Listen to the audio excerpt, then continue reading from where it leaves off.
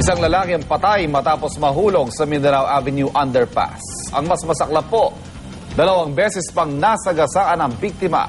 Narito ang unang ronda ni Oscar Oida.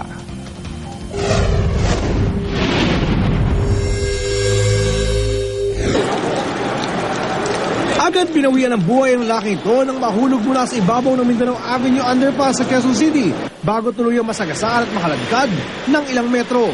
Pagbagsak daw dito, nasagasaan kagad ng isang Montero. Nung tinignan po nila yung Montero, hindi huminto, dire-diretso papunta ng NLEX po. Matulin. Matulin po. So, suspetso nila, di lang basta isang sasakyan ang nakasagasa sa biktima. Siguro mga 2 beses po siya nasagasaan. Kasi ang layo po nung distansya nun sa pinaghulugan niya.